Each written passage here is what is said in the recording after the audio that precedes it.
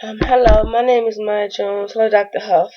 I think it's called Couture is not allowing me to upload my PowerPoint and my video, so I have to try to work around it. So I'm going to upload this to YouTube and my video to YouTube and put it at the end of the slides to click the link. Um, so I can have turn the assignment turned in. If it's not okay, please let me know. And I'll have to find another computer so I can re-record. Um, but this is my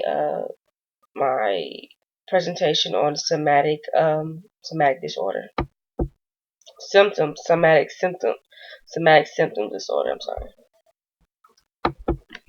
Um, pretty much a convert.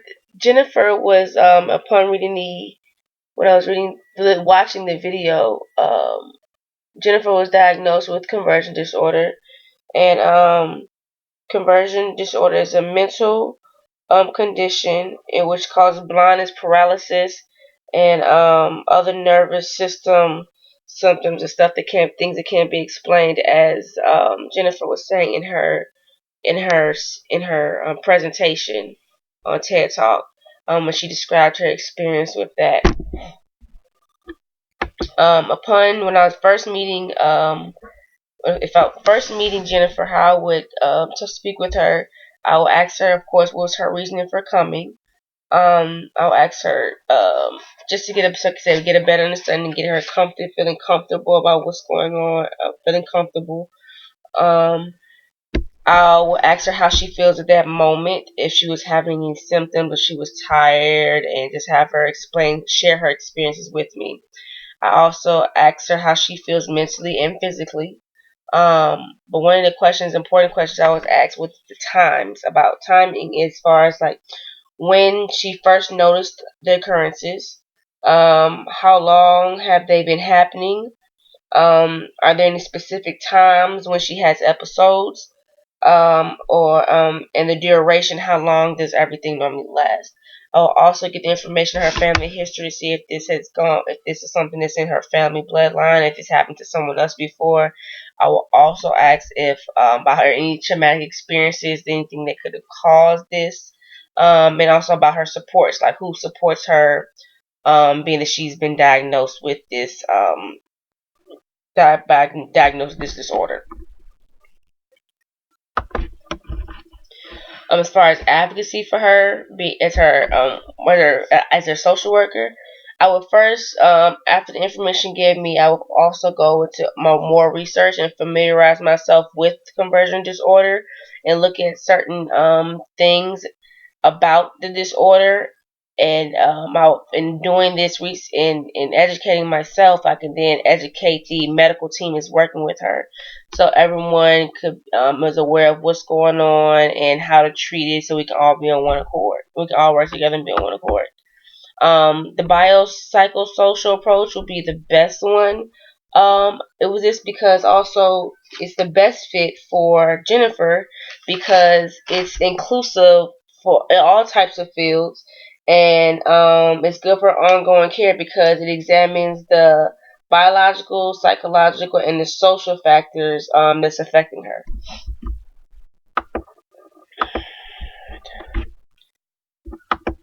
As far as supports, what kind of researches I will support for her, I will explore support groups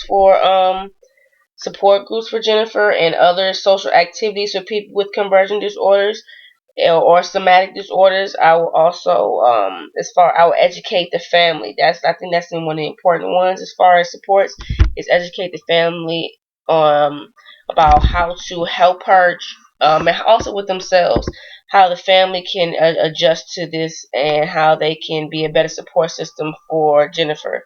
Vocational, she said that she was in Harvard Law, so I will look for employment maybe somewhere in the law field, but being with yeah, in the law field. And medically, I will make sure and explore all her options, and make sure she's being covered medically, and if she anything else that she needs. So pretty much her eligibility for disability. The controversy that is presented when diagnosing the mental health is based on unexplained symptoms comes from medical doctors and health professionals. And the question is asked, how can there be a diagnosis when something is not can't be explained? A lot of mental health professionals are known to be problem solvers, and there's an answer to every problem. But in this case, it's simply there's not really an answer in Jennifer's case. It's like they just don't know. It's something that can't be explained. But when working in situations like this, power and privilege play a huge role. And in this case, working in Jennifer's case, you have a mental health professional and a physician. And a mental health professional can't find anything wrong with her, but the physician he can see something is physically wrong, but there's not it can't be explained. So he sees, like, he can see from Jennifer, like, this is what's going on with her, but it just can't be explained. So I feel like in this hindsight, in this situation, the doctor has more grounds because he is dealing with her body. She's having like a physical reaction and to what's going on, so he has more insight on the grounds of what's happening to her at that moment.